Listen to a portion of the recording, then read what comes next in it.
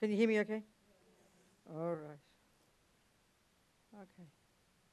We have a new translator tonight. Ready?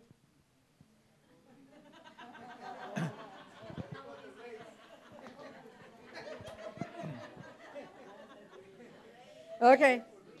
Let's go. We have a lot to do tonight, so we have to talk very fast. Okay. Let's motivate, thinking we're sitting here. We're going to talk about how to die with a happy mind and how to help other people die happily. You can hear her from here. She's really loud. Yeah, she's. We can hear you from here. You don't need to close the door. I see.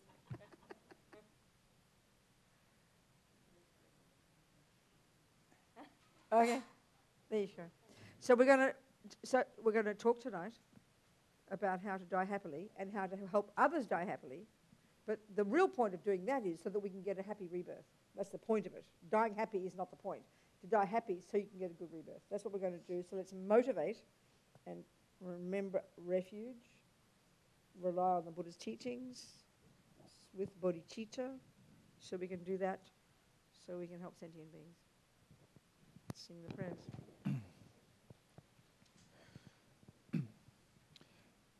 Voy por refugio hasta alcanzar la iluminación, al Buda, al Dharma y a la Asamblea Suprema, por los méritos que acumule practicando la generosidad y demás perfecciones que pueda obtener el estado de Buda para beneficiar a todos los seres.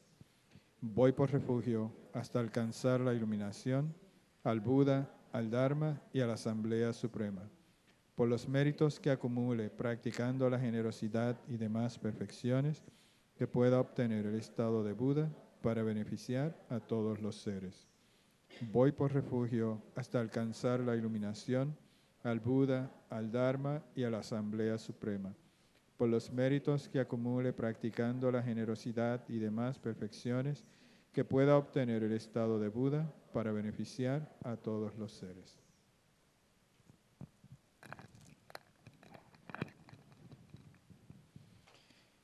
Esta tierra ungida con perfume y regada de flores, con el monte Meru, los 4 continentes, el sol y la luna, vista como una tierra pura de Budas, yo te ofrezco. Que todos los seres puedan gozar de una tierra así. Oh sagrado y venerable Lama, desde las nubes de compasión que se forman en los cielos de tu sabiduría dharmakāyika, por favor, derrama una lluvia de Dharma vasto y profundo, de acuerdo precisamente con las necesidades de los que serán adiestrados. Idam Guru Rana Mandala Kanilyatayani.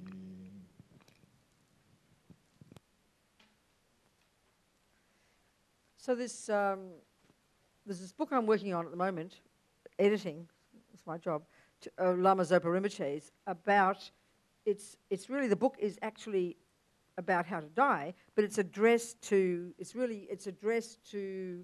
people who are helping people die. So obviously if we're dying, we can read it and we'll get the point, but it's to help others how to help us how to help others to die. So it's addressed to the helpers, basically. And so what it is the first part is just the background, the teachings. It's meant to be, it's for Buddhists, obviously, but it's going to be, anyone could read it. You know, it's the first part is generally why we should listen, why we should think about death. There's a chapter on the worst obstacle to death, which is attachment, how we must give it up. There's a chapter on the 5 powers. There's a chapter on things like this, the death process, the 12 links in relation to death, which we'll talk about, and then the various practices, you know. So this, it's also structured in terms of what you do the months and weeks before, what you do the days before, what you do the hours before, what you do when the breath stops, what you do straight after the breath stops for the 3 days, etc., etc., and then what you do for the 49 days afterwards. Because there's, you know, all the lamas give so many practices, and Rinpoche, Lama Zopa especially, seems to have so many. I mean, there's something like a total of 80 practices altogether, which is quite intensive. But it's trying to show us step by step, you know, the essence of what to do, but also there's variations of what to do, but so we can be clear about it. Because one of the commonest things among all of us is what to do. What will I do? My auntie's dying. What will I do? My sister's dying. Even though we've been Buddhists for years, we often just don't know, you know. So there's the preparation, which of course is living life properly, practicing Dharma, especially giving up attachment. And why Rinpoche says attachment is one of the most important things to give up is because that's the worst obstacle at the time of death.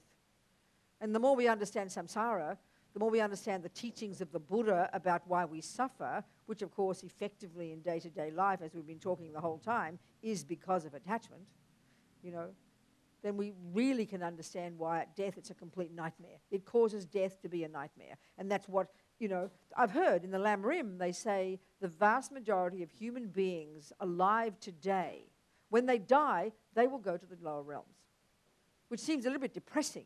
But when we understand attachment, and when we understand Buddha's explanation of samsara, in the 12 links especially, which we'll talk about, and understand the role in particular of these very intensive levels of attachment at the time of death, two of the links, the 8th and the 9th ones, called craving and grasping, which are really just intensive levels of attachment, then it makes complete sense why most people at the time of death, of course, will go to the lower realms. It's not surprising, you know.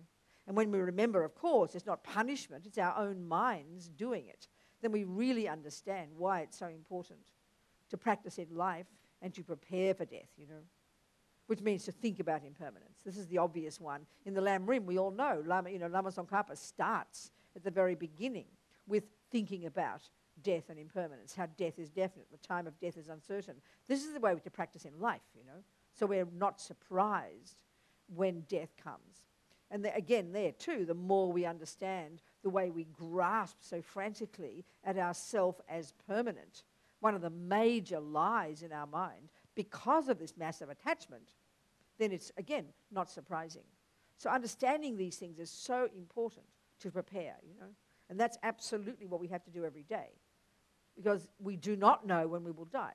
This is very clear. I mean, we could spend the rest of tonight just about this. We know this point.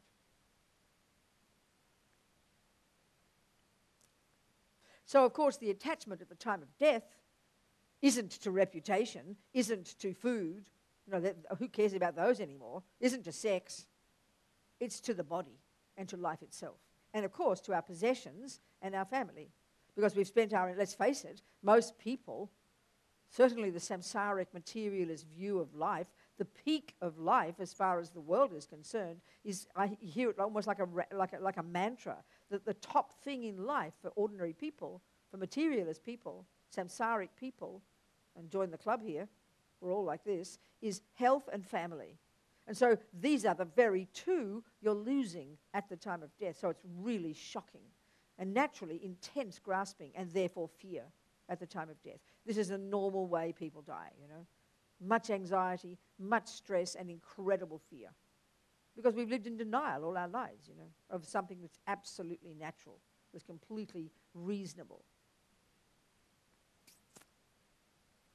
So one of the most important things Rinpoche says to help others at the time of death, because of this, whether they're Buddhist, not Buddhist, or anything, and this is why it's so important we need to practice in order to be prepared to know how to help somebody, is to make, and this is obviously this is for a gradual death, because people drop dead immediately. We can't prepare for that. But this is obviously for people who are dying slowly, old people or sick people, you know, they're going towards death. So this is where, as Lama Zopa says, the most, you know, the helpers have the most important role. It's a huge responsibility, he says, because the way the helper is and how they set the scenario up for the dying person can make the difference between the dying person going to the lower realms or not. So it's really important for us to be prepared to help others by, of course, preparing ourselves to practice and understand about death.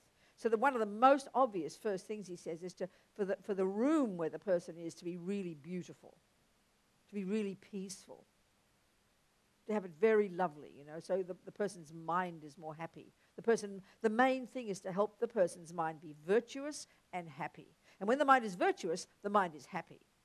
And when the mind is happy, the mind can be virtuous. These two go together naturally. And that means this is our role as the helper to be really conscious of this.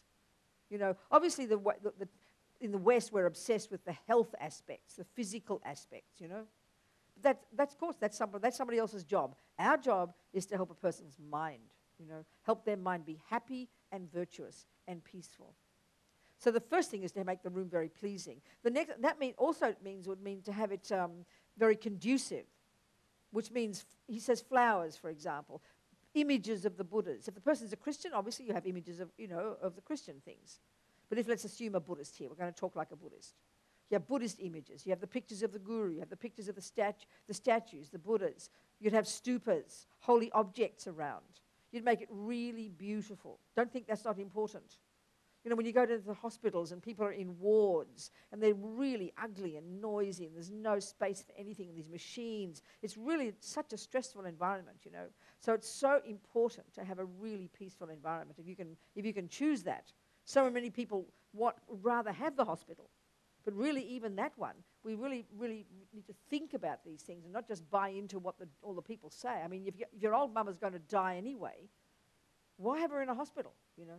I mean, this is not saying this in the book, but think about it. When you're Buddhist and you know she's going to die, and the main thing isn't just that she's got machines in her ears and nurses by her side.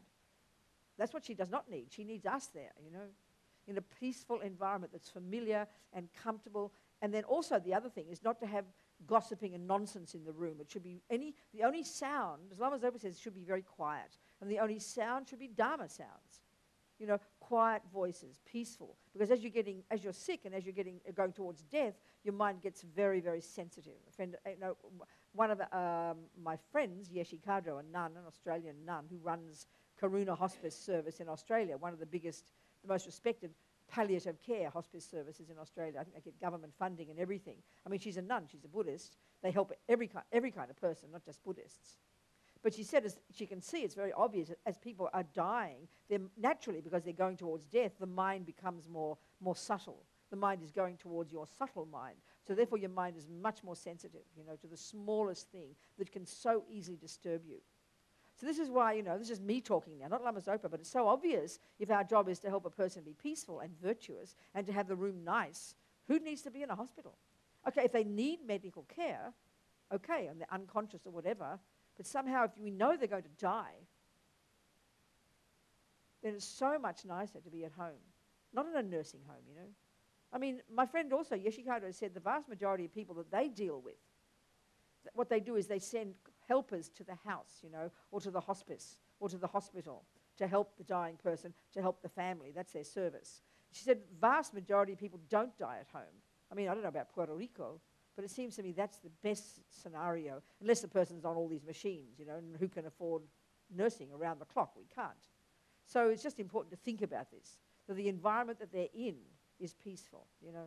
I mean, I was with a dying person in, just recently, wherever I was. Where was I? Somewhere. Florida, I think. Yeah, the person was a Buddhist. And it was just unpleasant. The ward had 4 people in it, noises outside. It was the dying section. They were very nice nurses and people. The machine was on, was busy walking past. She was the first bed as you walk in. It was not pleasant at all, you know. And it was very hard to even get close to her because the machines were in the way. So it's really important to think about these things. To have the place nice as possible. And then, of course, you know, if they're Buddhist, you'd have, like I said, images around, images. So the room to be peaceful. This is really important. And this would mean also, even if they're kind of in a coma or unconscious, not to have a lot of talking and nonsense in the room. To be very respectful. Very respectful. Only talk about the Dharma, or if your person's conscious, you know, one of the types of practices. In this book, the chapters are divided. There's different kinds of practices to do, and so in the book it's divided into the things to touch and look at. This is very powerful because if you remember with karma, everything we see, especially and hear, leave very strong impressions in the mind. Everything we see and hear every moment. It's like you're taking a photo. Every second, taking a photo and filing it in your mind. So the person at the time of death needs these impressions very strongly, especially at the time of death. Impressions of the Buddhas, impressions here of the teachings, of the sutras, of prayers. So every sound they hear, it needs to be something that's helpful to their mind. Everything they see should be helpful to their mind. It's so important to think this way. So the practices, in the first, are divided into things to see, things to touch. For example, Lama Zopa says, and all the Lamas talk this way, just to touch a prayer wheel, to have a prayer wheel touching the body, especially the properly made prayer wheels, with all the right things in it. To have texts touching the body. Mantras, closer to the time of death, one of the things they all do is get these thing called the 10 powerful mantras. And this will be part of the book. People can photocopy it. You'd have it on a small card and you'd put it on the body with the letters touching the person.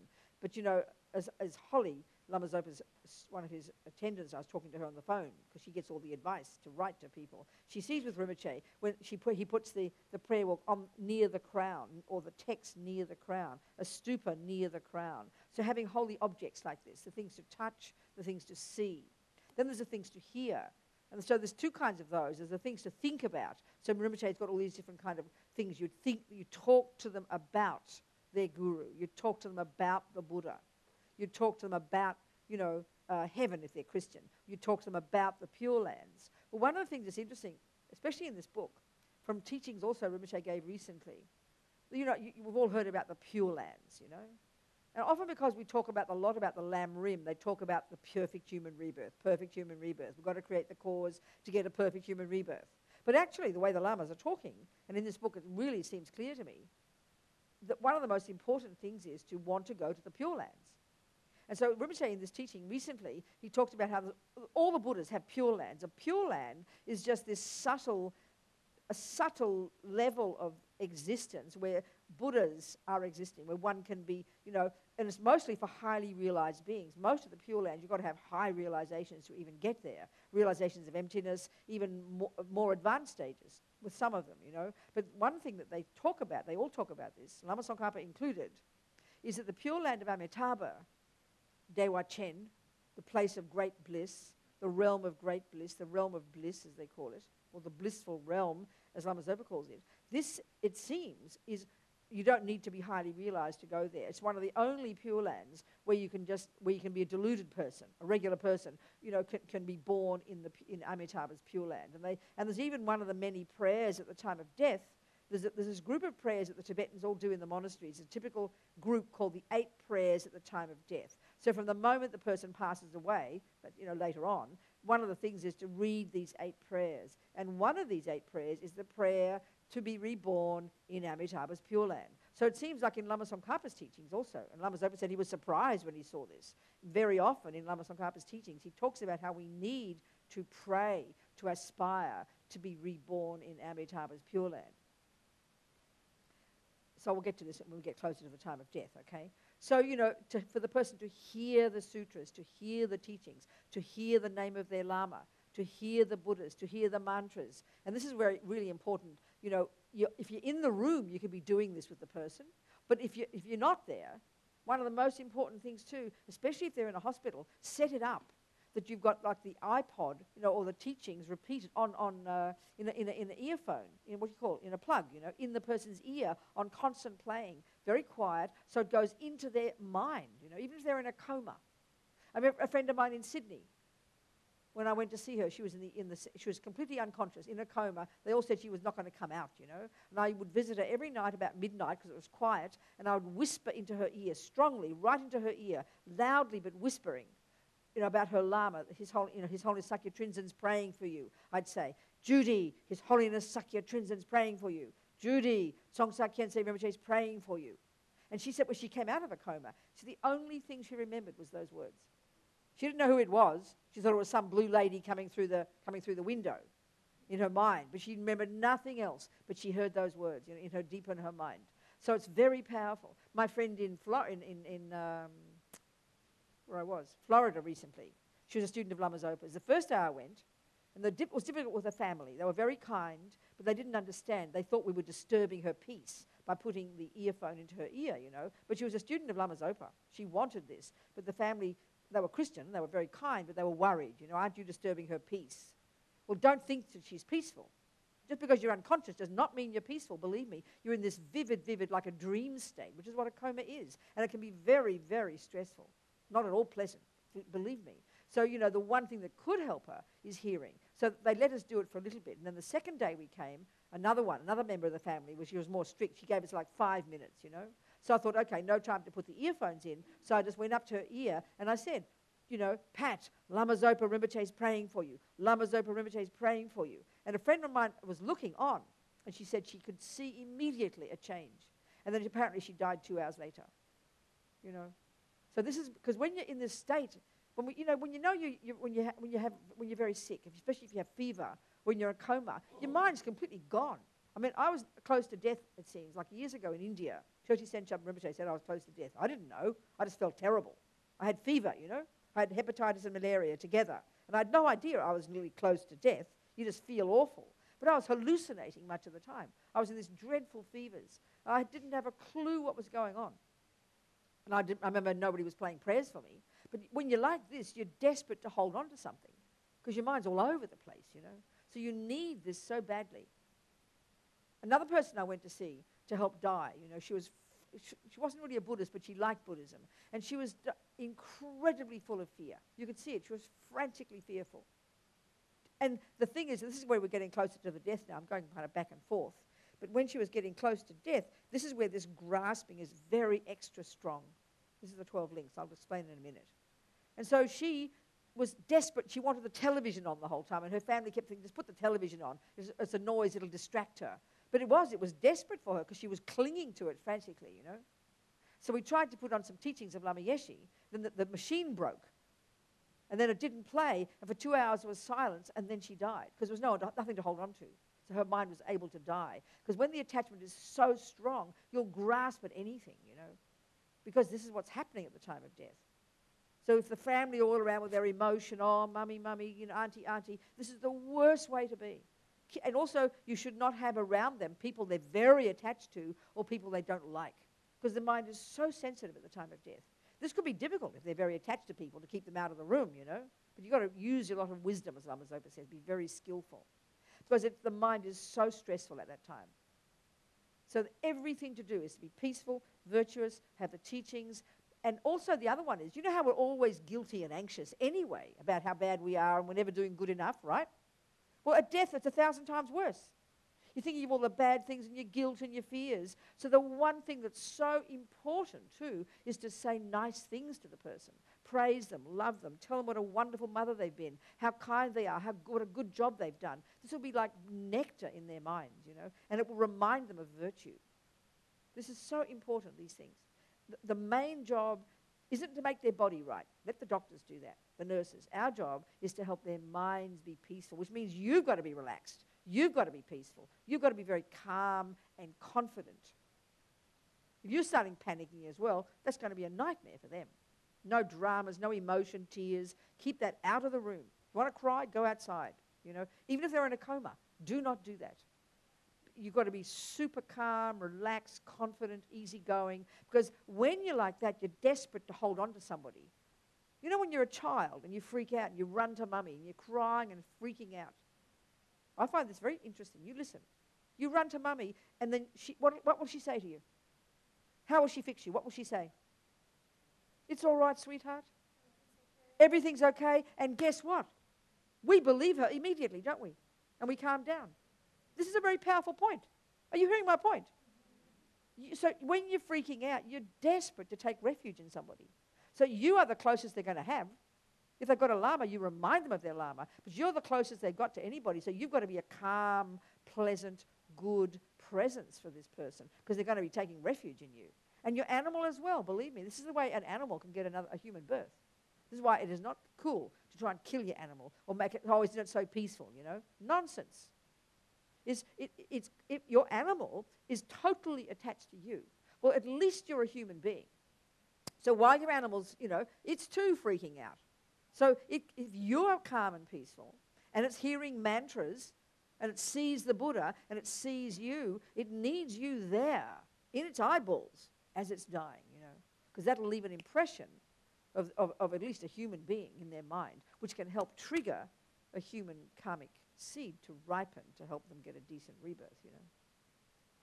Got to be peaceful, got to be calm. And everything you hear and see has to be exactly only conducive to that, to help their mind be virtuous and peaceful, and to put powerful imprints of Dharma in their mind, you know. Mantras. So even if like you're not going to be there 24 hours a day maybe in the room, you have mantras playing quietly. Teachings, especially their Lama, if they have a teacher, you know. Quietly, peacefully, all the time, imprints, you know. This is the main thing. So, of course, there's thousands of different practices you can do, but all the Lamas, and Lama Zopa especially, if you've got no other choice, medicine Buddha, medicine Buddha, medicine Buddha. If you don't know anything else, medicine Buddha. That's it. Mantras and the practice. You know, the one he keeps stressing as well, if you know it, reading certainly later, and it's one of the 8 prayers at the time of death, the king of prayers. And that too is linked to Amitabha. Lama Zopa says if you do the king of prayers every day, you'll get born in Amitabha's Pure Land. No problems.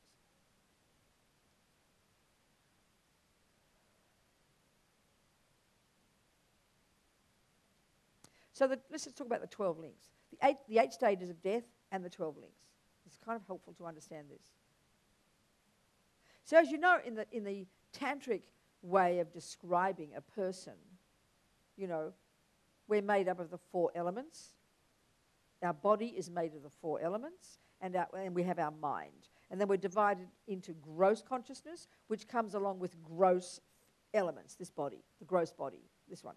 Here it is, our mind and our body inextricably connected. Then you've got subtle consciousness and subtle physical energy, which is the subtle channels, the 72,000 subtle channels, like subtle nervous system, and the wind energies or the prana that travel through all those channels, intimately connected with your mind. This is the subtle mind and subtle body, as they call it, as well as the red and the white kundalini. So subtle consciousness at death occurs after you stop breathing or when you go to sleep. That's the subtle consciousness, which is the one that does the dreaming, okay? So by the time you've stopped breathing, which of course for the West is you're in the body bag, ready for the body bag, ready for the fridge, but you're not dead yet. There is subtle consciousness, you know. And it could be, as we know, we've heard in the teachings, up to 3 days before the mind does leave the body. But then you've got very subtle consciousness. And so the death, as you know, the death process is described in terms of 8 stages. And various things occur or dissolve or absorb, as they say, at each of those stages. So when you're very familiar with this yourself, you can even, it's not easy, but you can sort of see, you perhaps can even recognize the stages the person is going through. In all the teachings, they never say how long these stages take. But it seems to indicate the way they talk about the different signs at the different stages, that it could be a few hours. You know, some people may be longer, but it would seem it's a few hours, although they never exactly state this. So what's happening once that starts, that's the process of death, and it can't go back, you know.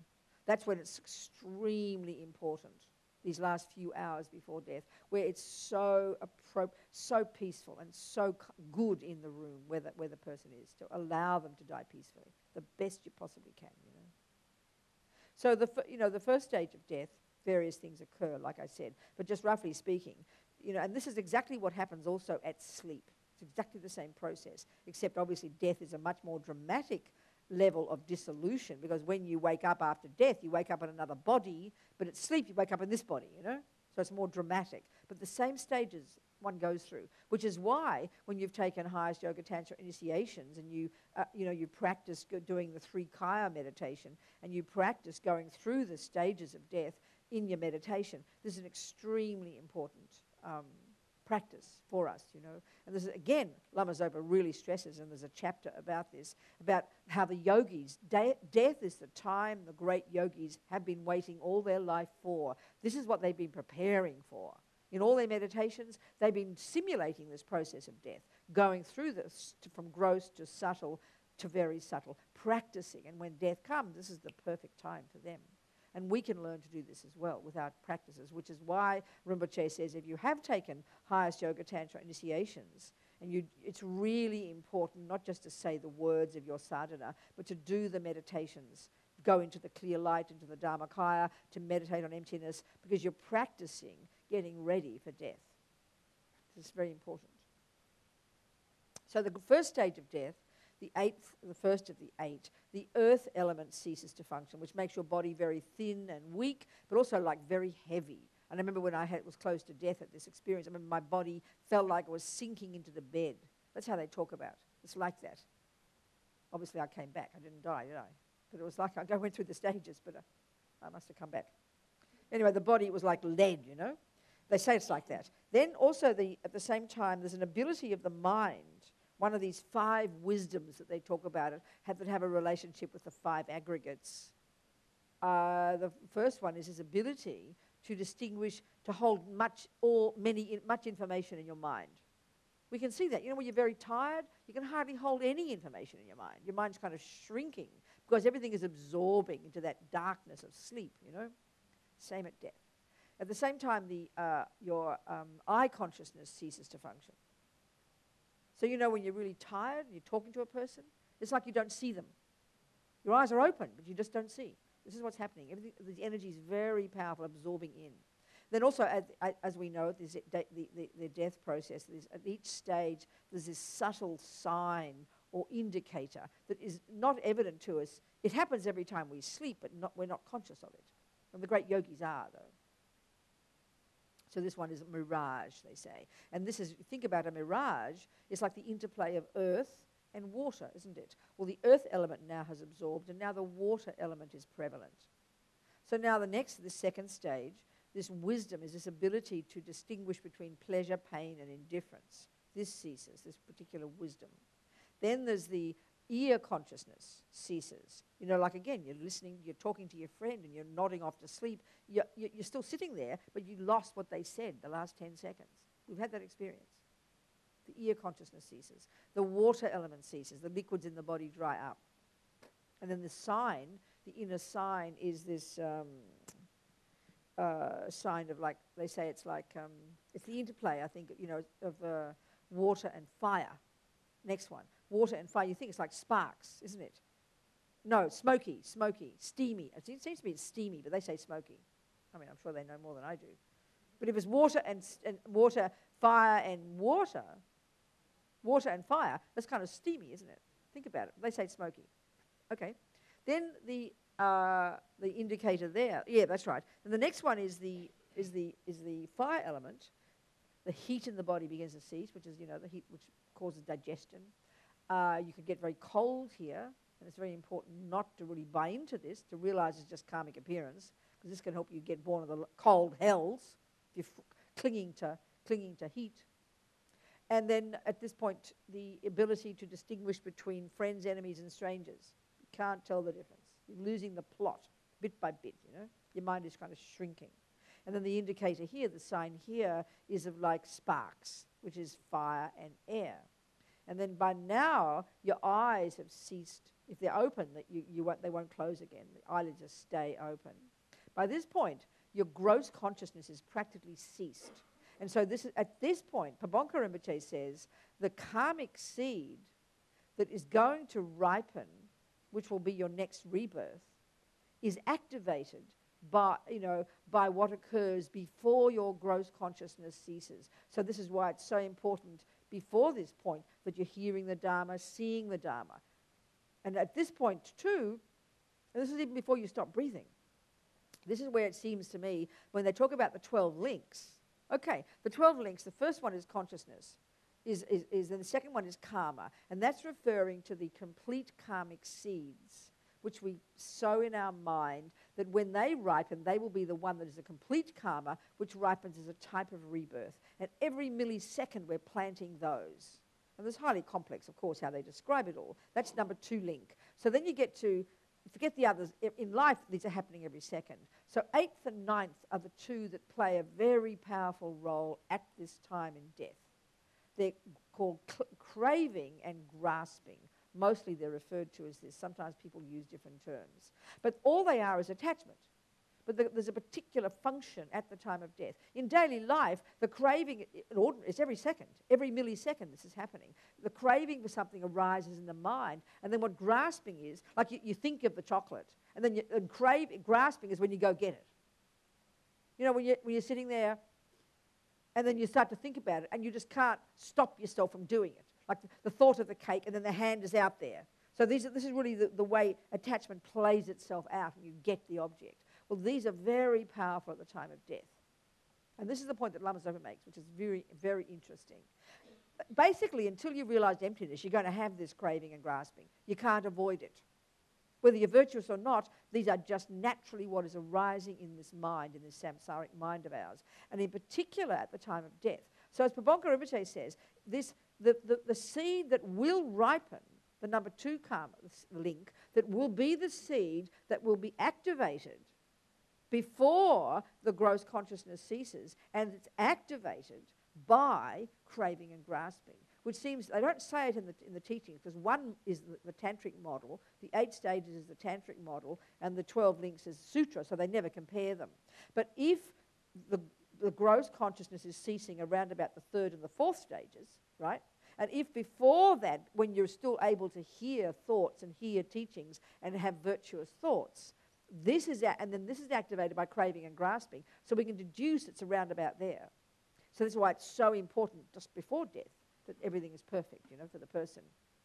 Because, and then as Lama Zopa points out, you've got to have the practice, the impermanence, be ready for death, have virtuous thoughts, hear the Dharma, see the Dharma, remember impermanence, remember the Guru. This is for ourselves. All of this is our training in life, because if you're not trained in life, it won't come naturally, believe me. Fear will completely take over. Attachment will take over. So you can be ready. Then anyway, the grasping is going to happen. And that's why it's so important the room is peaceful and right. The smallest thing can happen can freak a person out. Even a meditator can be freaked out at that point if something disturbs their peace, you know. So this grasping, this is the one, when the craving and grasping are activated, it then gets to the next link, which they usually call becoming or existence. And it's a bit complex, but it seems the craving and the grasping, when everything is ready and the second seed is ready to be nourished, that's what they call becoming. And now the karma is already sorted, already programmed for your next life. And it would seem all this is happening before you even stop breathing. So this is what they say. You hear it in the teachings, that, you know, a person who is an indication that their negativity is ripening, if they're freaking out, seeing visions and grasping at the sheets and panicking, having a panic attack, this would seem to indicate that a negative karma, the number 2 link, has been activated by that grasping, even before they stop breathing. And then people who are very sweet and blissful at the time of death, look light in their eyes and are very happy. This seems to be an indication that a virtuous karma has ripened. It seems to be. One can deduce these things, you know. So this grasping, as Lama Zopa says, the grasping is going to happen anyway. So given that you've got all the other virtuous things happening, you've got, he says, this is the point now, he says you've got to have this grasping for the future life. You've got to want a future human rebirth. You've got to want the Pure Land rebirth. You've got to actually think. So you know how we've been taught as Christians? You pray to go to heaven with God. Every day you think about God. You want to go to God to heaven with. Well, that's exactly what they're saying here. So I don't think you should just sit there and be a pure Buddhist and think nothing. No way. Grasping is going to happen whether you like it or not. Are we communicating here? It's kind of interesting. So read up about Amitabha's Pure Land, I tell you, because I want to go there. I've decided. So you've got to want it. As Lama Zopa says in here, you know. I'll read you what he says. Are we communicating here? Yes. Okay. I mean, if you're not a Buddhist yet and you haven't decided what you want, don't worry about it. If you want to go to Jesus, you be with Jesus. You decide. Your call. You're the boss. Not Buddha. Okay. I just heard this I just edited this recently. I just heard it recently. It blew my mind. I didn't really think this before. Where is it? Chapter. Where's my book? Chapter 6. That's a funny app. What happened to it? Doesn't make sense. No. They usually have a thing on the bottom, don't they? But it's not there. Oh dear. Can't find it. I have to do this instead. I can't find the little thing. There's no cursor on there. You know, they usually have a cursor, don't they? Okay, chapter 6. This is most fascinating, I tell you. It blew my mind, this. I was very surprised. I'd never heard this before. It was at an initiation into Amitabha that Rinpoche gave last October in San Jose, in California. Okay, so what he says is, you know, we should pray to be reborn in Amitabha's Pure Land. The best way to become enlightened quickly. So in order to achieve enlightenment quickly for sentient beings, not for yourself, for sentient beings, we need to make sure we go to a Pure Land when we die. Guru Rinpoche, Padmasambhava, mentions this. And Lama Tsongkhapa, in many of his teachings, talks about praying especially to be born in Amitabha's Pure Land. I was surprised by that, says Rinpoche. So it is said that it's a very special Buddha land, you know, that you can go to any other Pure Land after that if you want. And some lamas say that after being there, you will at least never be reborn in the lower realms again. However, my root guru, Trijang Rinpoche, said that you can practice Tantra and become enlightened in the blissful realm, Dewa Chen in Tibetan.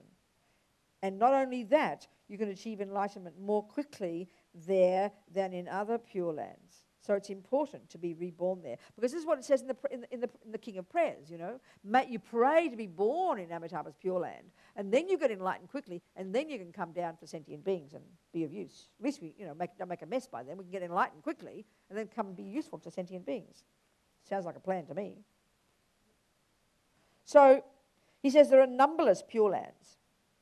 For example, the Shambhala, Kalachakra's Pure Land, where you can practice Tantra and achieve enlightenment.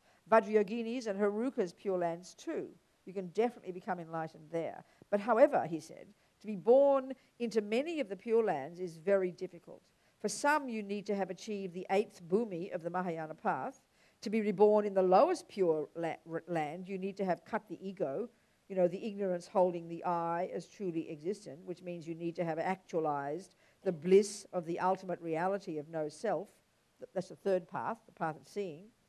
And to be born in Tushita, Maitreya Buddha's Pure Land, you need to have very pure morality. So it's difficult, he says. And he says, even if you pray to go to these Pure Lands, meaning aspire, want, which is one of the main causes, you won't go there, he says, because, you know, we haven't got enough realizations. But, he says, ordinary beings can go to Amitabha's Pure Land. Even ordinary beings with delusions. It is easy to take rebirth in Amitabha's Pure Land, Dewa Chen.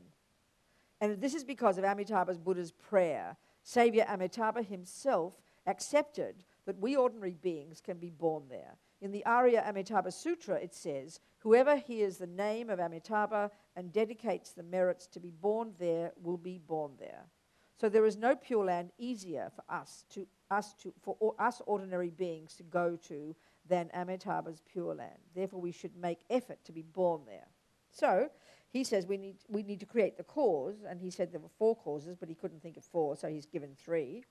He says, first, we should always pray to be born there. So I think this, again, is something we've really got to understand logically, please. Not just praying doesn't mean begging someone else to do it for you, you're crossing your fingers and hoping for the best. It isn't like that. The more we understand the meaning of karma, the law of karma, the logical process of thoughts, because karma is done by thoughts. All karma refers to is what your thoughts are doing every microsecond, which it means they're sowing seeds, and obviously the seed you plant is the fruit you'll get. So if you sit there with angry thoughts, jealous thoughts, depressed thoughts, it's not rocket science to think that it'll ripen as suffering. It's obvious. So one of the key practices is to think, I want. That's called aspiration. That's one of the ways of talking about the meaning of prayers. You know?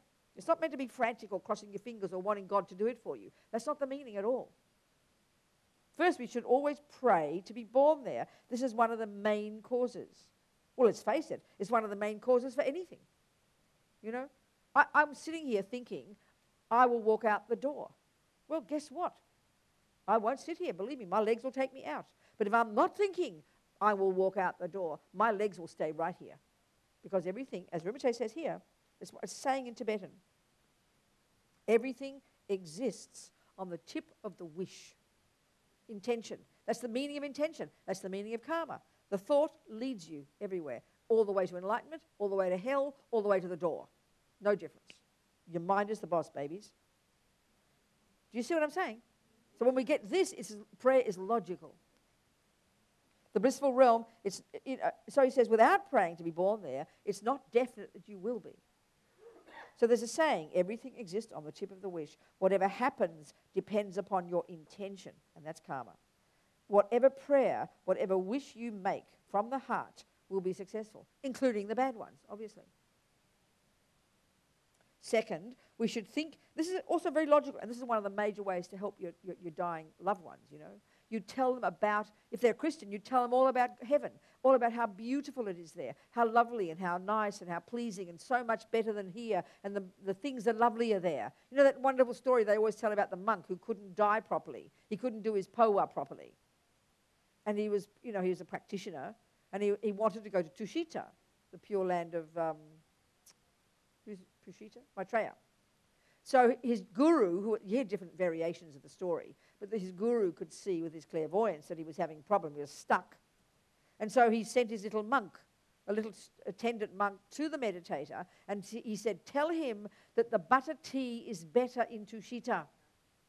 This sounds kind of a joke, you know. I know when I first heard this story, I didn't understand the point, but now it makes sense.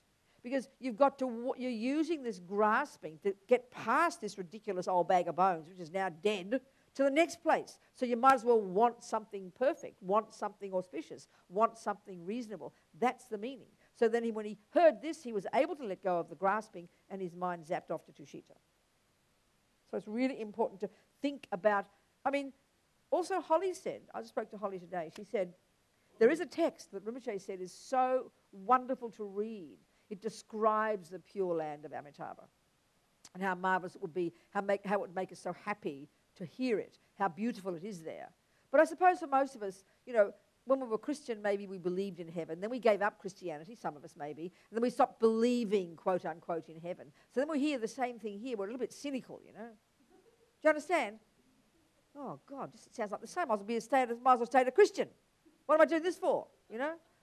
Instead of Jesus, it's a red lady or a blue lady or something, you know. Do you understand? But think about it. Think about it. All we've got to do is think about it. Think about it. Try to see it's logical. Got to think about how beautiful it is, so you want to go there. And then third, we should, of course, he says to practice bodhicitta. Then we'll be born there as a type of Mahayanist. That would make sense. So we can become a bodhisattva. Buddha's holy mouth mentioned that putting your palms together and generating devotion for Amitabha Buddha and the Dewa Chen for just 1 second, they always tell these things, don't they, creates much, much more merit than making charity to sentient beings of a great 1,000 of 3,000 world systems. And he tried to, in the teaching, he tried to describe what that means, and it was just hilarious, and no one could understand it. But I found a description from George Turinoff. You know George Turinoff? One of our monks, and he spent years with Geshe Sopa in Wisconsin, translating. So he says what it is it turns out to be 1 billion world systems, okay? So putting your hands together and having devotion in Amitabha Buddha and Dewa Chen is more meritorious than making offerings of 1 billion world systems full of jewels to all sentient beings. I mean, don't they love talking like this? So that's what they say about Dewa Chen. So, of course, help others be born there. One of the practices you can do to help your loved ones, even if they're not Buddhists, is to talk about Amitabha's Pure Land. Also, you need to say the name Dewa Chen, the blissful realm, because that is what their mind holds on to. It's like a rope that they can hold on to that pulls them up when they're in danger of falling when they're climbing a mountain. It saves them. It's a method to help their consciousness to let go of this world, their body, their family, their possessions, to not be attached. See, the thing is, we when we hear the teachings and we hear we're supposed to give up attachment, we're supposed to give up attachment, we're supposed to give up attachment, then suddenly we're hearing we've got to be attached, you know, but to the next one. And all it is understanding that given that we're not going to be rid of attachment until we have realized emptiness. So you might as well use attachment. It's very reasonable, very sensible. You understand?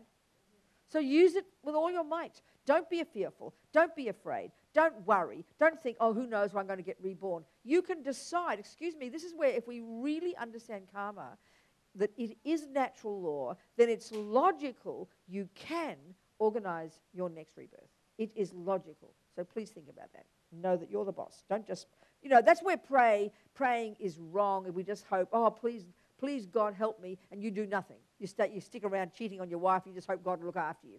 That's where it's a contradiction. I'm sorry. That's where it's a big contradiction. So there's a bit of information there. Would you like to ask me some questions? Okay, any questions? Yeah, yes, sweetheart? Where's the microphone, please?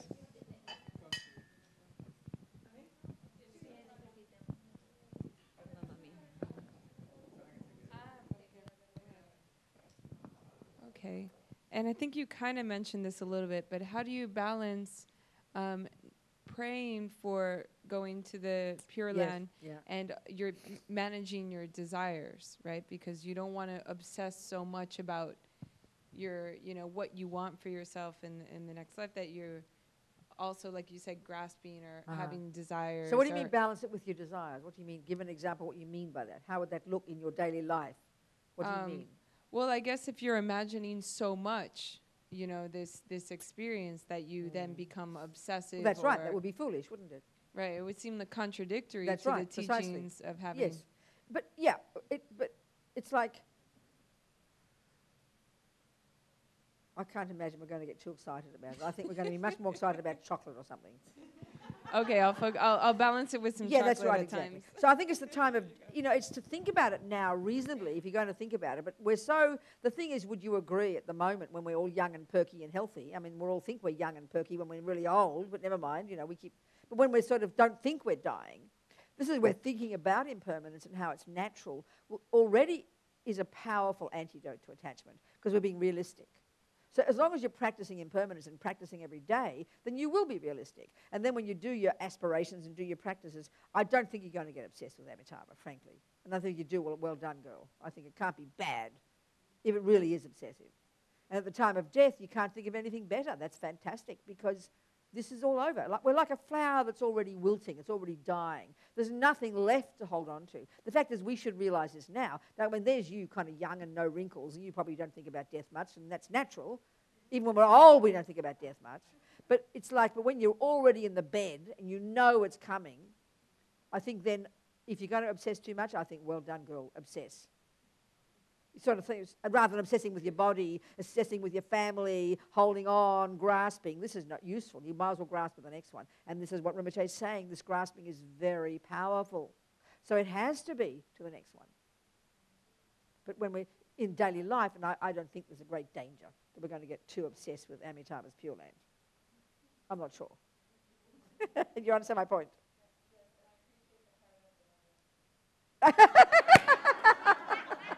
But young people die, baby. Every day. Just remember, do your market research around here in a 100-mile radius. Check how many people died last night, young, like you, who didn't expect to die.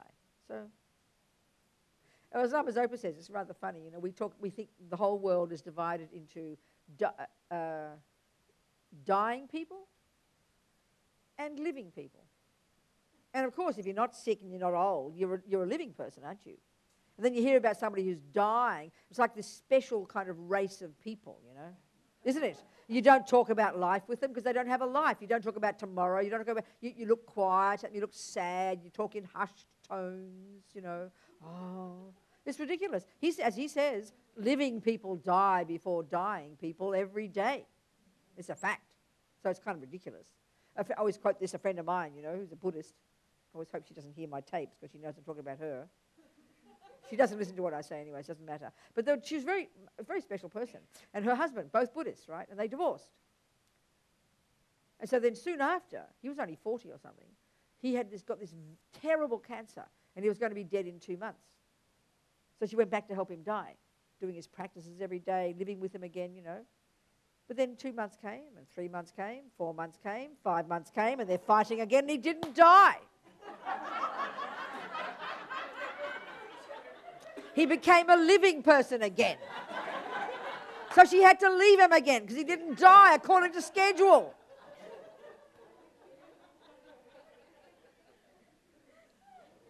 We are ridiculous, you've got to admit. Even death is not permanent, What else? Who's got questions? You had a question. Okay. Yes. How can we help somebody that is from Judaism or a type of religion? It's that up to them. You've got to be wise and know their minds, darling.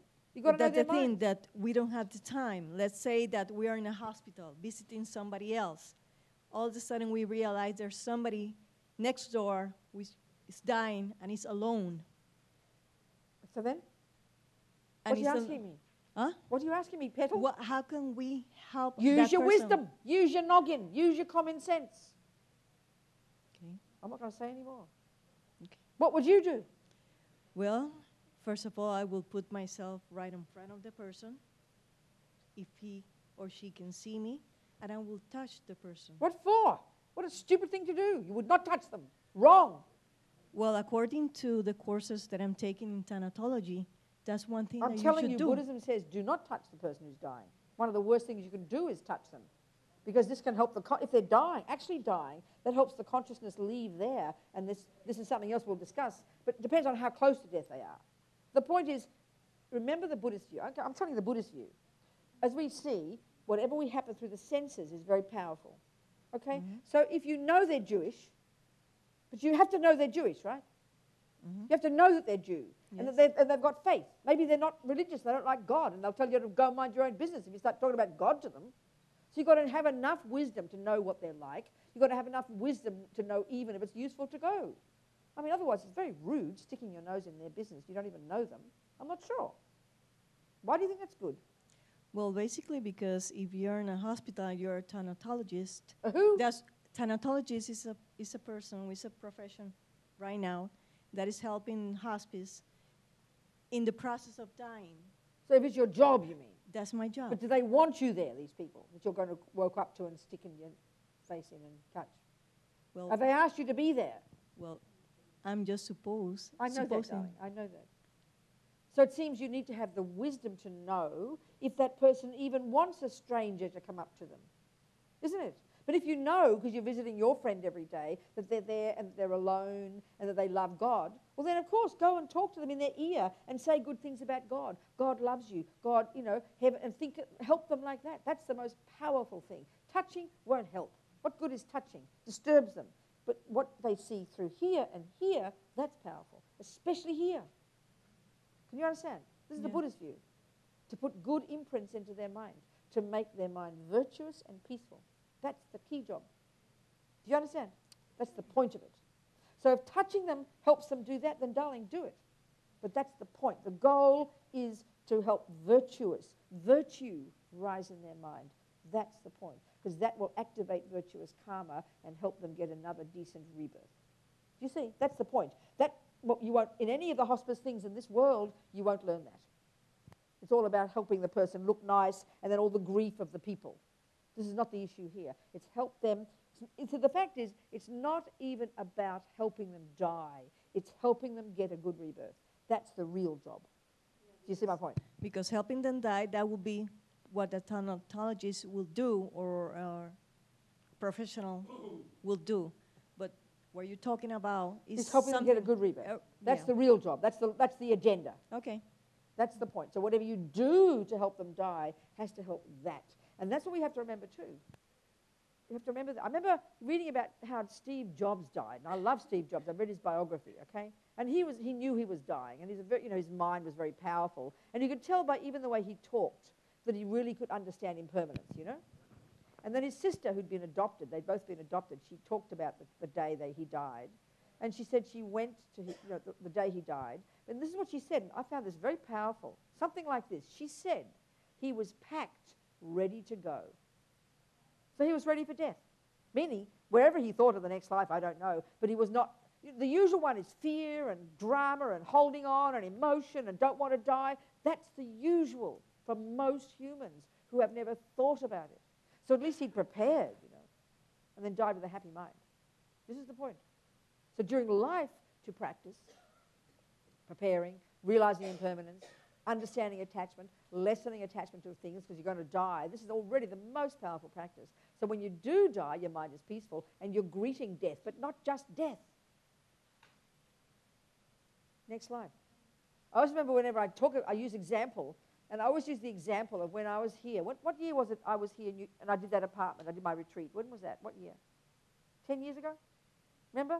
And we got this nice apartment with this pretty pink building in the resorts on the south coast. 10 years ago at least. Well, I always use this as an example about how you got to prepare for how ridiculous if you don't prepare for the next life. Because I was on a vacation, okay, on a retreat. It was 9 weeks. And so, you know, often, this is how we think about impermanence. Often we think, well, if you think you're going to, Lama Zopa says, best to think, I will die today. And we kind of, part of us thinks, well, God, if you're going to think you're going to die today, you'd think, well, why bother? Just sit back and wait for death, you know. That's not the point. You've got to know that it could happen today. And then the point is this one, is that when you do die, like I used the example when I was in this retreat, I always use this example, that I went to this, it was a really nice place. I had 9 weeks. Now the fact is I knew I had to leave in 9 weeks, meaning I knew I had to die. And it was 9 weeks. So because I only had 9 weeks, I made the most of it. Every day I'd go swimming, I'd do my editing, I'd lie in the sun, I'd go to the restaurants. It was a lovely resort, you know, that Veronica helped offer me. It was so nice. But because I knew it was impermanent, I knew it would not last. For this reason, I used it all the more. And I'm just talking samsaric example. But the point is this one too. At the time of death, when you walk out that door, what are you going to do? How do you prepare? Well, like Steve Jobs, the sister said, he was packed, ready to go, whatever she meant. But we should be packed, ready to go, which means if I'd walked out, if I'd first lived in denial that I'm not going to leave, this is my apartment and it's my things and it's my beach, and then the Rita, I remember Rita, the landlady, she would have come dragging me out that door and I'd be kicking and screaming, no, it's my apartment, it's my apartment. No, it wasn't. I had it for 9 weeks. I'd borrowed it, you know. So think of life like this. And then when you leave, it wasn't enough just to plan to leave. I had to be plan what I'd do once I left, which is preparing for the next life. You get my point? So I had a flight. I had to go to Boston. I just didn't step on the step and go, oh, what do I do now? No, I was ready. I had my air ticket. So we've got to be ready for the next life. It's so clear. I have to say to you, this has really become clear for me working on this book of Rinpoche's. It's sort of like obvious, but it really became clear. So then just aspire. What do you prefer? You've got 2 options, Pure Land, human rebirth. There are no other options, okay? So it's hardly complicated. And if you've got realizations, okay, you can go to the higher ones. If you haven't got realizations, you've got Amitabha and perfect human rebirth. So aim for that and prepare for that. It isn't complicated. And then you can help others. Then you can help others, you know. What other questions? Yes, I have a question. Yes. How about suicide? How about it, Gloria? If you encounter, for example, somebody commits suicide and you're there like 5 minutes into it, should I do something to help that? What do you think? What's the point? Okay, what's the point of this discussion? Get the real essence of it. Remember I said here, what was the essential point? What are we trying to discuss here? All of this is to help us do what? Rebirth. And what kind of rebirth? A good rebirth. A good one. So there's a person who's killed themselves. Which means what? Unpack it. What would have happened to their mind? Would their mind be peaceful or virtuous? No, there terrible. Wasn't. Okay, so what is your question? Is there anything that I can do to help that person that is already dead or is in the process of dying? So what do you think the answer is?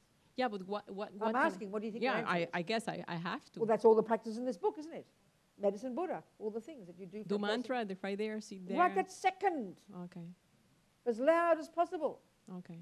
I mean, if, you know, it depends. I mean, if you kill yourself, it's unusual that your mind didn't go straight to the lower realms because your mind was so distressed. It could be still in the intermediate state. So you do everything you can. And the fact is, if a person has a connection with lamas or people, then you get them to, immediately you contact them. Okay. You do the same as you do for anybody. Okay. An animal, your grandma, anyone. You do whatever you can. If you see the body there, you say prayers in their ear. And one of the biggest ones, okay, this is an important point. All right.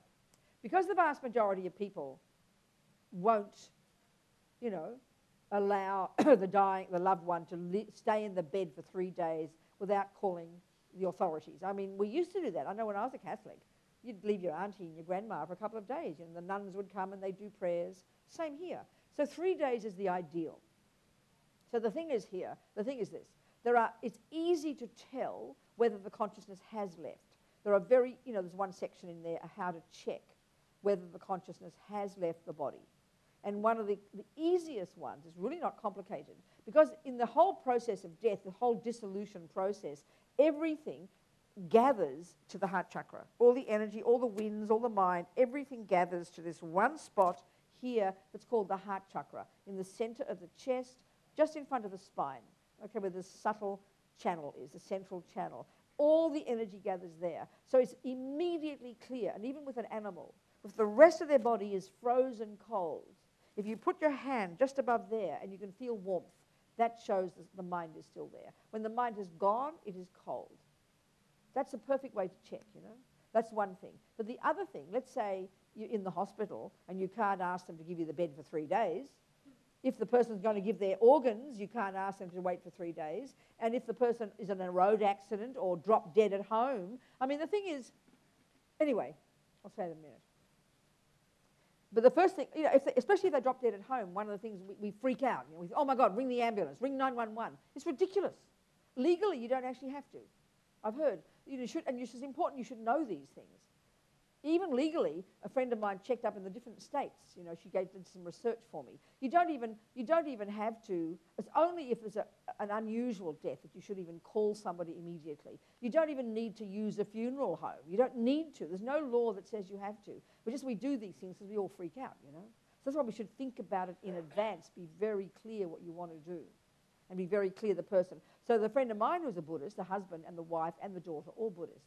And the husband had a bad heart, and he got his wife to promise that if he had a heart attack, not to call the hospital. But she did. She freaked out. So they drag him off in the ambulance, you know. And so what happened was, you could tell he didn't want the things in. So they pulled them out, and we sat and did the King of Prayers, and he passed away. But because he was in the hospital, they wouldn't allow us to take his body again. You used to be able to in other different states, but they wouldn't let us do it. So that we had to get them to take him in the ambulance to the memorial, what do you call it? What do you call it? Where you put the dead body. What do you call it? The funeral. No, the funeral home, whatever it is, yeah. So then we negotiated with them that when we were there, we were allowed to stay all day, and we did prayers and mantras all day. And then they put him in the fridge at 4 p.m., and they wouldn't let us stay. So we gave them a CD of the Gyuto monks, and they promised they'd play it in the fridge. So you can negotiate with the people. They were very kind. Then we came back again the next day. So you can do things like this, you know. But most people won't do it, it seems, and this is what my friend Yeshikato said, even if they're Buddhists. But some will, you know. You'll have it for 3 days, then you can call the doctor. No big deal. Seems like it's not illegal. You should check carefully what the laws are. So if you're not going to do it for 3 days, in the hospital, in the hospice, even at your own home, on road accident, organs, this kind of thing, then the main thing is, even, as Rinpoche says, even an hour. Try and get even an hour, where they don't disturb you, close the door, and you do all these things. You say the medicine Buddha mostly, the King of Prayers, and any other practices you can. The medicine Buddha, the King of Prayers are the most powerful to speak right there to the person. And you do not touch the body. Because one of the things about that is that when the person's dead and the mind is still there, the consciousness, it's really important that it leaves from here, or from here, especially here, because that causes you to go to the Pure Lands. If it leaves through the sex organ or through the feet, not that you can tell, but if you touch them there, it can cause the consciousness to leave through there, and that could be a sign they go to the lower realms, you know. So the most important one, if you've got them for an hour, you say whatever prayers you can. You say the King of Prayers, you say the medicine Buddha, you say their Lama's name, all these things, and all the practice that the person's done. And then before they take the body, the thing you must do is you tap here, because the chakra, the crown chakra, is towards the back. You tap or you pull their hair very strongly there. Very strongly, because that'll encourage the consciousness to leave there. You can do your best, and that should do it. It should help the consciousness go, because then they can take the body, take the organs, do whatever, you know. But you must do that before. But so the moment they stop breathing, though, if you're with them, the thing to do, the moment they stop breathing, and if they've got a lama, you shout as loud as you can into their ear, their lama's name, or the Buddha, or whatever it is, you know, as much as you can. Shout in their ear. And then you know, there's certain things you also should do.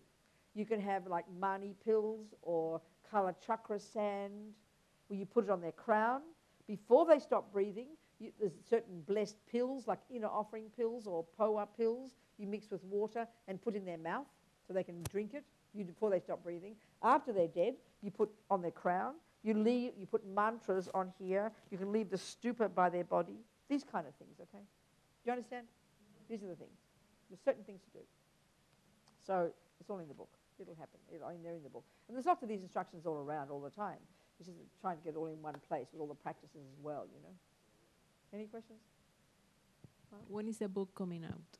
Well, I'm still finishing it. It should have been, I promised, I saw in one of my emails, I promised Roger I'd have the manuscript ready by May 2012. What can I do, you know? It takes its time. Soon.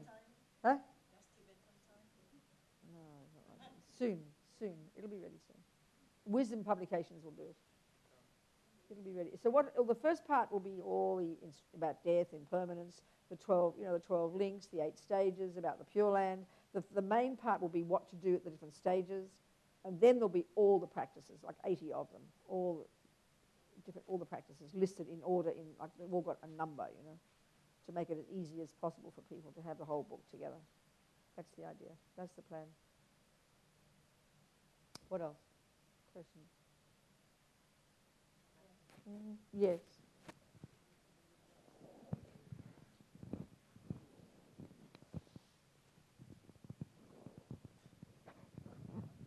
Yes. If I was going to face immediate death. If what, darling? If I was going to face immediate death. Yes. Would you say that the essence, more or less, of the teachings would be to hold on, to not be afraid and hold on to the light? Hold on to the light. What's that? What does that mean? That means hold on to pure the light. consciousness, emptiness. If you can, of course. How marvelous. That would I mean, the main thing is to be peaceful, to accept that this is going to happen, and to be peaceful and not grasping, but to have virtue, say prayers, say mantras. And yes, of course, sounds perfect if you can do that. Okay. Absolutely. If it was going to be Cool. like... Cool. Well done. Thank you. Yes. Okay.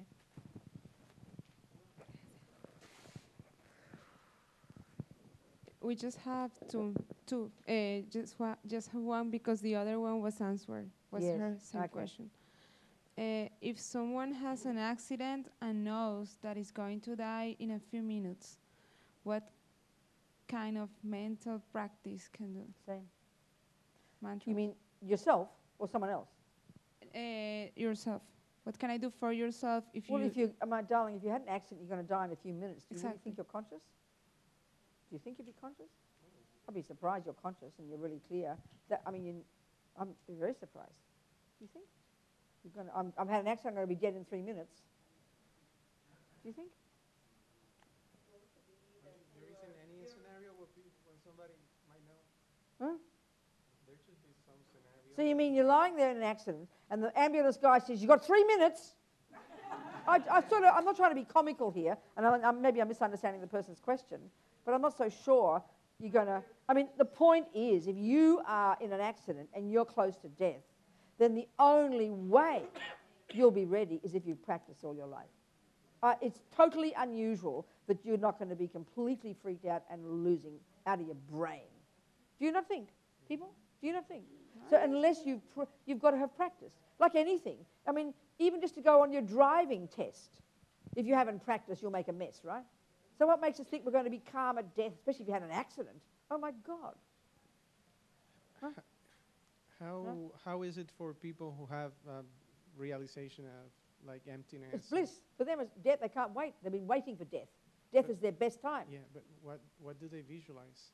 They meditate. They go through the stages of the process of death. They stay conscious at each of the stages because they're totally familiar, meditating on emptiness.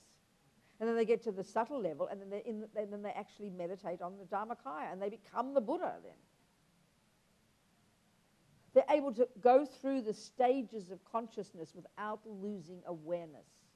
And they're meditating on emptiness at each of the stages. That's exactly what they're doing. Because in the end, with all our meditations, why we need to get the mind to the very subtle level, because that's the mind that can realize emptiness. And that's what they're doing. They're going through these stages where their mind is getting more subtle. That's what they've prepared their whole lives for. Do you understand? Okay. Someone else?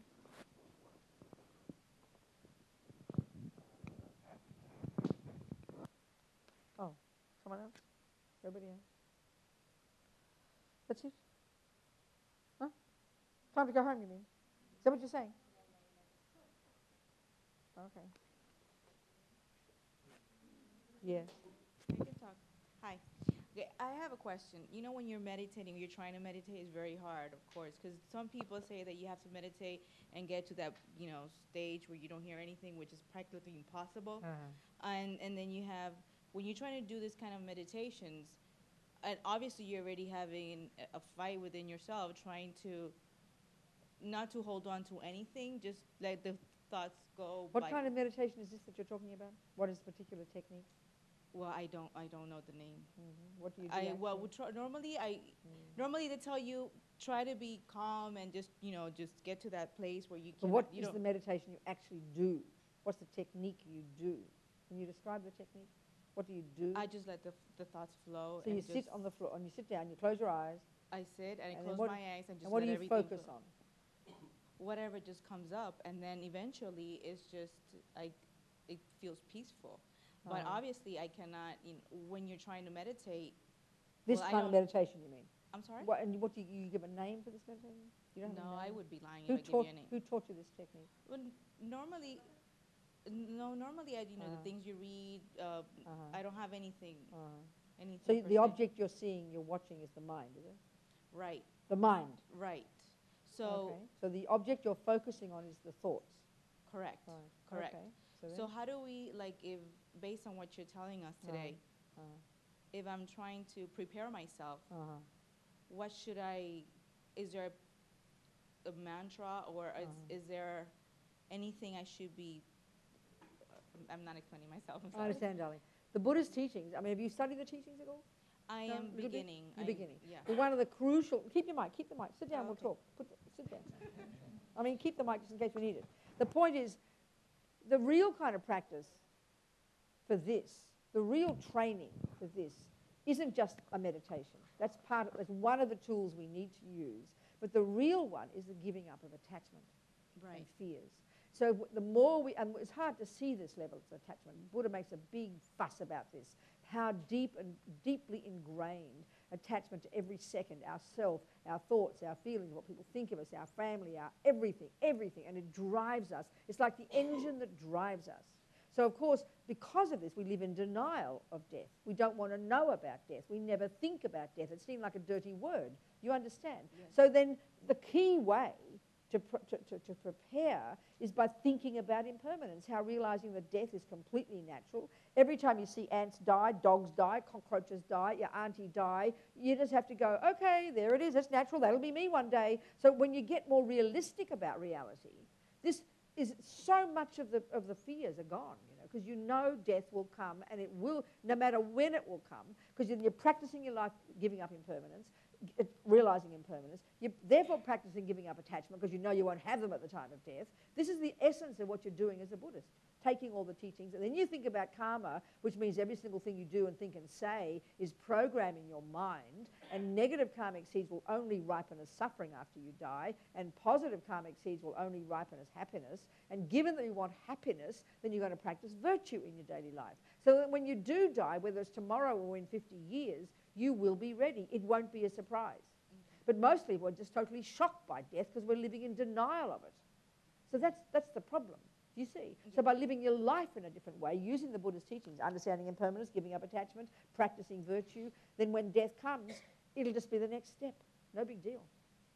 And then, of course, all these ones we're discussing in here, the various practices that will be good to do at the time of death, but you won't do them if you haven't done them in the past. That's why this is all about helping people die. Who aren't ready or are ready, depending, you see. Do you understand my point? Yes, I do. And your technique you're doing is one of the many tools we do need to use to help us do this job of kind of completely reprogramming ourselves and getting in touch with reality and calming down and less attachment and less fears and less drama. Then when death comes, big deal. We'll be ready. We'll be ready, basically. Do you understand? Yes, ma'am. That's the way. That's the key point. This book is about how to help people. I want to call it, and I guarantee you Wisdom won't want to call it this because nobody likes the word death. But as I said to them, death is on every page in this book, so you can't avoid it. I want to call it, How to Help Your Loved Ones Enjoy Death and Go Happily to Their Next Rebirth. I'd be very surprised if they call it that. But that's at least that, you know. So that's the point. And this is why it's addressed to other people. It's addressed to the helper. And of course, it's not stupid. We know it's for us. But how to help people. And of course, most people we're going to help die aren't ready for death. They're not great practitioners. You know, they're people like us who live in fear and don't want to let go of their hubby and their children and their this and their that. So it's help knowing that, because we've thought about it ourselves, we can then help them. And as Rinpoche says, this is the most important role you'll ever play in this person's life. If you want to help a person at any time in their life, help them die. Best. Totally best. Because this life's over. So help them do this transition, you know. Okay? What else? Yes. What to do for the next 45 days after the person dies? The traditional view in Buddhism, this is taught in Tantra, is that, first of all, the consciousness can take up to 3 days to go through its process before it leaves the body. So the traditional one is leave the body for 72 hours, you know? Yeah, that's right. Yeah. The second one is that it can then, when the mind does leave the body, the millisecond it leaves this body, it kind of wakes up in this other kind of mini life, which is like a dream state. It's exactly the same, but much more dramatic. And that's called the bardo, or the intermediate state in Tibetan, the bardo. And they say, it's like a dream state, much more intense than a dream state. And basically, even when you're in this intermediate state, and you really can see the Christian teachings, they call it limbo. So you can see that holy beings have similar experiences, but they interpret them differently, you know? So this intermediate state is very intense. And if already the virtuous karma has ripened, which will indicate a good rebirth, then the intermediate state can be quite pleasant, reasonable, like a fairly nice dream. But if a negative karma has ripened, it will be very, very terrifying, like dreadful visions and nightmares, like a dreadful, dreadful dream, you know? And basically what's happening is the grasping is so powerful, and all instinctively what you're doing is just simply kind of like frantically looking for another basis, for another I, you know? This is what you're doing in the intermediate state. And they say this can last up to 7 human weeks, 49 days. So the traditional thing is for, when a person dies. I mean, for example, like I was around when some of the meditators die, the lamas die. At the monastery, for example, well, for the 3 days, they will have monks in that room 24 hours a day, singing all the prayers, doing all the mantras, doing all the things. And then for the 49 days after that in the monasteries, they will do practices every single day for that person. So usually for us, that would mean we could do practices. You could do once a week, at least once a week, every 7 weeks. You could have the monasteries. You'd certainly sponsor the monasteries. And there's many other things to do also that are really beneficial for the dying person. For example, after the cremation or the burial, you make sure if it's a burial, you keep some of the bones or the hair. And then if it's a cremation, you keep some of the ashes. And it's really important to have them blessed. There's a certain practice called jangwa, which you get a lama to do. It blesses the remains. And then it's so beneficial for that person. It can really help them purify their negative karma. And they say even if they're in the intermediate state and are going to go to the lower realms, this could even, depending on the karma, could even help change it, you know. So it's really important to keep some of the remains and the ashes. And if you're going to, then you'll bless them. And then then the other thing that's so important to do, you either can then scatter them, but you've got to bless them first. Otherwise, it's just sentimental nonsense, you know. It's meaningless. It's not helpful. Because they're blessed, it benefits the person who died. And then if you scatter the ashes or throw it into the water, all the creatures and all the sentient beings who get touched by it get blessed, Rinpoche said. But also really beneficial is you get tsatsars made, little images or stupas. And you can mix that with the plaster or the stuff. And so then that tsatsar becomes like a holy image, you know. And there are many places now, like in Land of Medicine Buddha in California, there's a memorial place there where people pay to, and there's one in Queensland where you can buy a little place. Instead of having it at a funeral, instead of having it at a cemetery, you have your remains there in a stupa, you know. And then it becomes a holy object. It's not just sentimental, it's useful. There's something beneficial. And there's many things you can do like this after that of the best maximum benefit for the person who died, but also the merit of the person who's doing the practices, you know. Especially important too, one of the most important things before you die, of course we all write wills, don't we? We get this done in advance, but usually, it's really important for the person's sake to help them make sure they've given everything away, that they've written their will, because then there's no fighting, there's no clinging, because if you've given everything away, already you're more relaxed. If you're still clinging to it all, it's very distressed, you know, it's very stressful. So it's really important you give everything away. And then after the person dies, if they haven't given everything away, it's incredibly important that you, for their sake, give everything away to people. That generosity can really be helpful for their mind. So important. Because what happens is, if you've still got a lot of possessions, you're going to get born as a spirit. You're going to rush around looking for your possessions. You're going to possess people who've got your possessions if you're born as a spirit. There's a story, I think I might have told you, this story about this Lama, whom youngster knew, Lama Yeshe, good close friend of Lama Yeshe, who was a yogi in the mountains. I mentioned him, Geshe Lama Kontrog. He spent years in the mountains, naked, no food, no sleep, as a great yogi. He lived in Vajrayogini's pure land, Lama's ever said. So because he was clairvoyant, had all these qualities, one of the things he did up in the mountains where he lived, near Milarepa's caves, he helped, you know, they can change the weather. It's very powerful, these yogis. And they can also see when people are possessed by spirits. So one of the nuns got possessed by a spirit. This is how they talk. You know, we'd say they're hearing voices, but they're actually possessed by a spirit. And a spirit is a type of rebirth that's very, very suffering, where you're reborn because of intense attachment. Your mind is kind of conjoined with sort of air energy, and you fly around the place, basically trying to find your objects or the people you're attached to. People who, ghosts who haunt houses, they're actually beings who are born there. People can even see their shape, as the person they used to be. They're born as a spirit in that house because they're attached to it. Well, there's this one story, this nun, she was possessed, and the nuns came to him crying, and he said, so he went to the house, to where the nun was, the nunnery, and there's this nun in the bed with this very deep voice, kind of all berserk, So Geshe-la can see that she's possessed, whatever. So because the spirit is in her, because he wants something that she's got. This is what spirits rush to where their possessions are. And so Geshe-la said to him, what to the spirit, what do you want? He said, I want my pink thermos with the white flowers. I want my pink thermos with the white flowers. And sure enough, there it was on the table. And the nuns remembered not very long ago, the villager who had died recently had given this nun a thermos of tea, and she'd forgotten to give the thermos back. So he's upset, he's resentful, he's possessive of his thermos flask. So he dies with his attachment and gets born and wants his thermos flask. So please be careful of attachment. Just a thermos. So they have to do special things to let the spirit go, because he knew who the spirit was.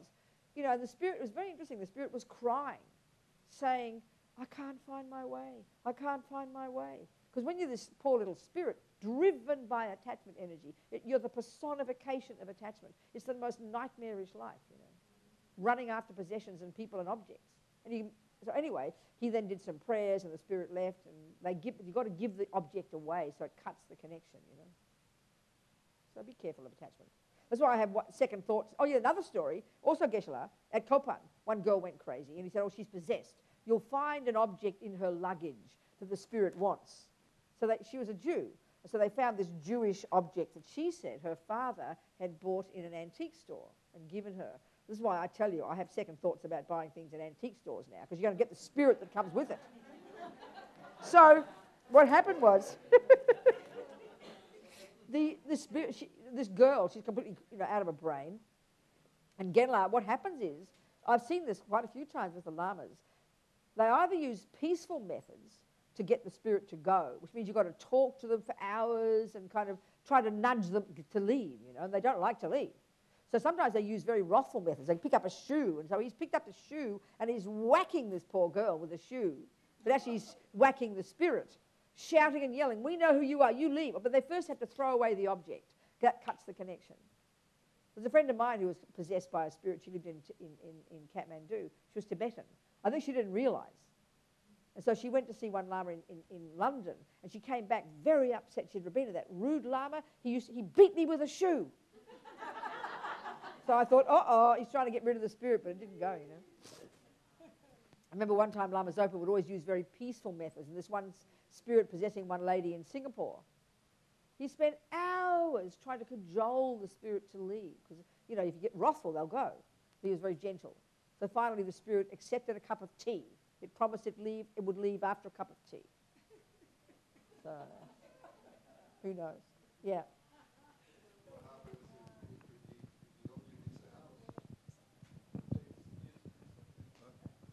What happens if the spirit is in the house? That's the trouble. Spirits are... Well, you get born there as a spirit. This is what happens. People haunt their own houses. This is what happens. If the object the spirit wants is the house. As I said, you get born there. You what? You'll get born there. Haunting your house. Freaking people out when they come. Look at people do ghosts in houses, isn't it? How do I get the spirit out of the house? You have to ask lamas. You have to ask people to do prayers. You have to make offerings. You have to find methods to get the spirit to go. This is very common. Spirits come in. Spirits come in the middle of the night and can, you know. Have you people that have that one where they lie on top of you? You know those babies who just die, cot deaths, crib deaths. What's that thing you call? That I wouldn't be surprised that's spirits. Because animals who go crazy, spirits. Very many spirits living around humans. And it's very hard to get rid of them sometimes because they're very, very attached. This is where commonly possessed. Many people who hear voices, they are actually possessed by spirits. That's what the Buddhists would say.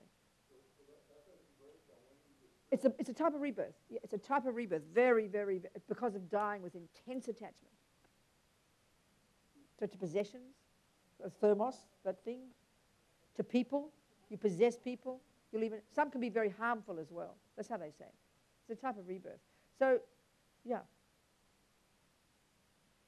It's a different, anyway, it's interesting. Got to admit it's interesting. Yes? Yes, darling. Tell us. It's almost I wouldn't believe it. I don't really believe in ghosts or anything. Tell us. I went to a hospice in Spain, and it was the most unusual place I had ever been. Oh. It was a Christian place, Yes. and it had a Jesus off the cross, Yeah. and all the angels looking down, Uh-huh. and had these very weird paintings Right. of like the Pope Yeah. and a homeless person being eaten by maggots, and said you like everyone's the same in death. It's Okay. really freaky. I see, yes. So it was turned into a hospice. It Yeah. was a place for people to die, and now Yeah. it was a hospice with all these people in Oh. wheelchairs. And we were there on vacation, Oh. and then all of a sudden my mom got this like really bad pain in her Oh. ankle, and she had trouble walking after that. So a couple years go by, and a clairvoyant is, my dad's a doctor, she's a patient, right? Yeah. And she said, my mom's like, oh, you're a clairvoyant, well, you know, what do you say? She says, when you were in Spain, Okay, a spirit. spirit attached to you. Yeah, that's right. And she said, yes, I remember. Yeah, I very remember right. too. I remember it all. Yeah. Well, to this day, my mom still has pain in her ankle, Does she? in her foot. Right. Has special shoes and I everything. understand. Do you think that the lady was right that she had? It Oh, was I ca- such an unusual I place. understand that. I know. Plus So the yes, clairvoyant. for sure. I mean, this is what the Buddhists would say. Where did you sit down? The Buddhists would say that one of the many realms of existence of sentient beings is called the spirits, and there's so many kinds of spirits. And there's certain kind that are who live around humans and animals, and who literally, because of being reborn, they're due to attachment. And one of the things, they get very upset, and they can easily they can want to harm. A lot of the sicknesses in the West that the West would say you can't cure, they say in the Tibetan medical system they're caused by spirits harming, interfering with you. That's a very common thing, causing someone to be ill, to be sick. And especially if you're living around a place where dead bodies are, dying people, for sure, that can easily attract spirits to be there. And they can get very easily offended because they're very kind of sensitive creatures, you know. So that's that would be very typical. So what a Buddhist would do would check up with one of the lamas to do an observation. So maybe you can, well, it's up to you. You could even, at Courtin Monastery, you come to the center? You know the centre? Oh, actually, okay. Okay. Well, come and see me later. I'll give you an email if you want to. It's up to you. Exactly. So if you want to do something about it to check if it is a spirit, would you like to do that? Ask one of these Tibetan lamas. Well, come and see me in a minute. I'll give you an email address, and we'll talk about it, okay? All right, darling. What's your name? Irene. Okay. Now, that would fit perfectly with the Buddhist view.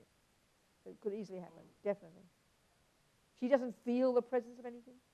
Because some people can feel it. Oh, okay. She might think it's weird. Okay. That's very interesting. Since then?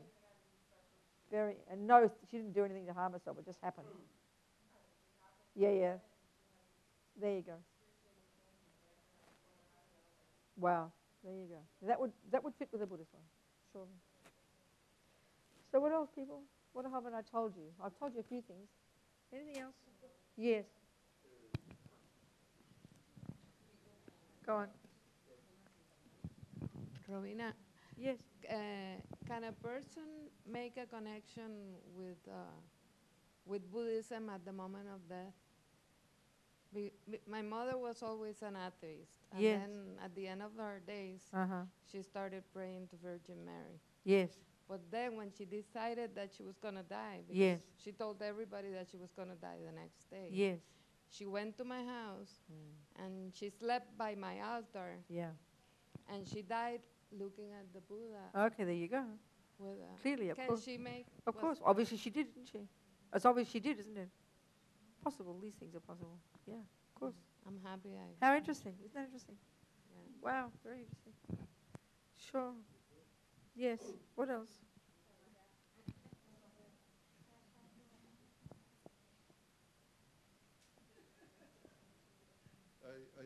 I don't know even if I should talk about this, but my wife died a few years ago after a very long illness, which was very hard to go through. Yes. When, the last few weeks before her death, we Yes. talked about it, and we talk about it a lot. Yes. Not a lot, but enough. Uh-huh. But her fear and so on. Yeah. And I said to her that I was very afraid also Yes. of living without her. That's right. Okay, and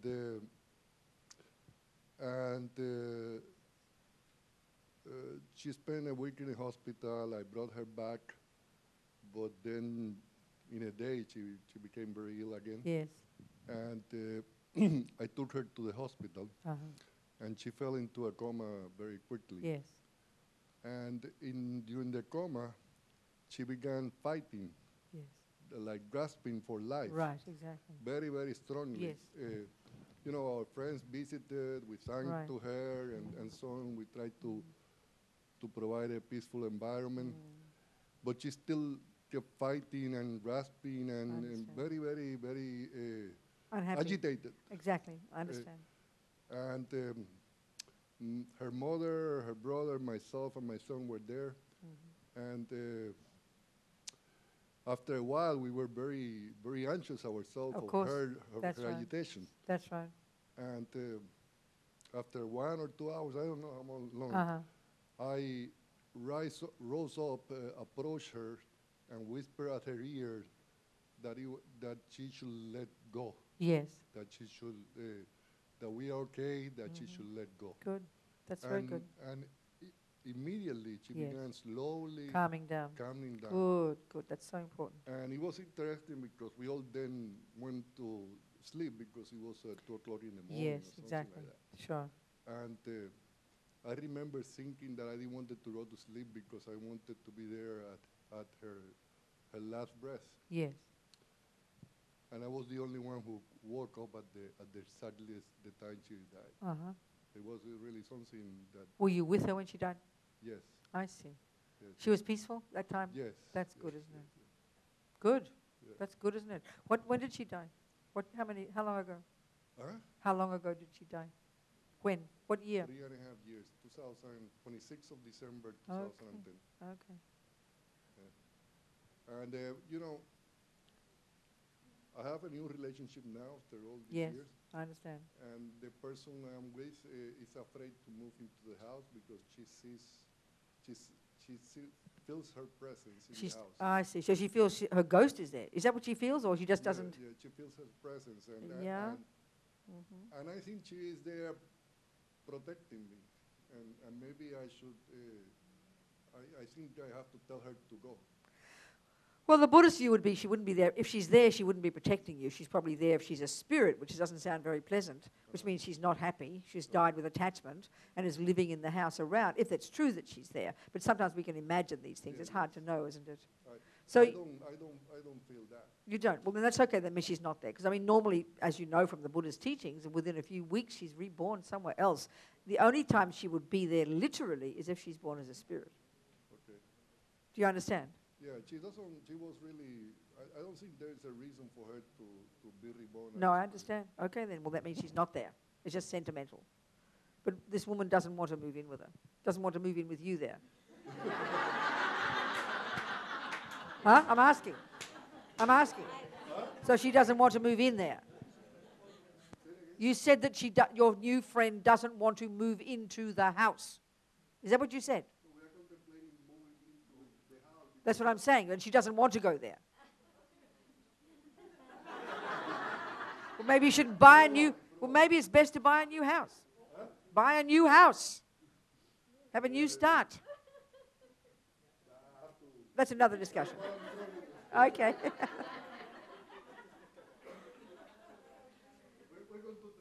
Yes.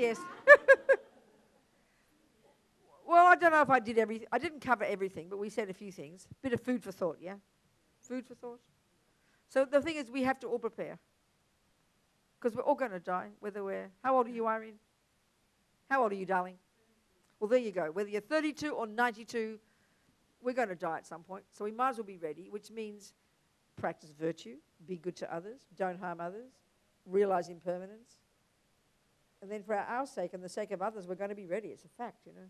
And of course, whether we buy into Buddha's view that future lives, it's fine. If not, that's okay too. But at least seems to me the benefit is to live a happy life, a virtuous life. Then we'll have a happy, virtuous death. It's reasonable. And and as Lama Zopa says here, when we know how to die, we can help others die. And as he says, remember, one of the best times to help somebody is at the time of their death. That's when you can be most helpful, most beneficial. So we think we've been a couple of hours listening to these ideas, something useful to take away. For the sake of all sentient beings. Chang chub sem chogrin poche ma ke panam ke gyuchi ke panyam pa me payang gong ne gong du ba sho.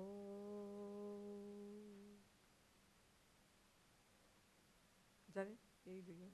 Okay. Madre Tare, liberando del samsara. Tu Tare, liberando de los 8 temores. Tara, Madre que libera, por favor otorga el don de la longevidad. Por las bendiciones de los gurus, raíces del linaje. Por los logros espirituales de los Yidan, dioses y diosas. Por los métodos hábiles de las dakinis y los protectores del Dharma. Que podamos realizar gozosamente la esencia de nuestras esperanzas. Gendun Tenzin, eres afable, benevolente y bondadoso. Por favor, permanece con nosotros durante una larga vida. Expande tus actividades iluminadas en todas las direcciones y continúa madurando y sustentándonos a mí y a todos los seres sintientes. Desde este momento y durante todas nuestras vidas, manténnos bajo tu tutela. Sé nuestro amigo, nuestro divino y virtuoso guía. Limpia la degeneración de la ignorancia. Ayúdanos a realizar rápidamente nuestro recorrido por los senderos y caminos y alcanzar los 3 cuerpos de un Buda. Tranquilidad incambiable y por la bendición conjunta de la indestructible Sangha, que la esencia de estas oraciones se logre rápidamente. Que por los méritos de esta virtud pueda alcanzar rápidamente el estado de un Guru Buda y pueda llevar a ese estado a todo ser sin excepción. La mente de iluminación es suprema y muy preciada. Que donde no ha surgido surja, que donde ha surgido no disminuya, que cobre cada vez más fuerza. La visión correcta del vacío es suprema y muy preciada. Que donde no ha surgido surja, que donde ha surgido no disminuya, que cobre cada vez más fuerza. Así como el valiente Manjushri y Samantabhadra distinguieron los fenómenos tal cual son, yo también dedico estos méritos en la mejor forma, siguiendo su ejemplo perfecto. Dedico todas estas raíces de virtud con la dedicación que es considerada la mejor por los virtuosos asidos de los 3 tiempos para poder realizar todas las buenas obras.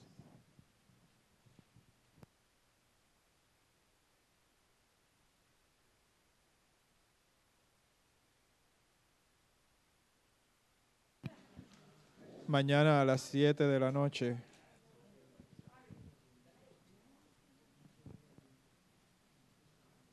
Recuerden los compañeros que quieren tomar las clases de Tantra, estas 2 próximas clases son bien importantes para su curso, pero es abierto para todo el público.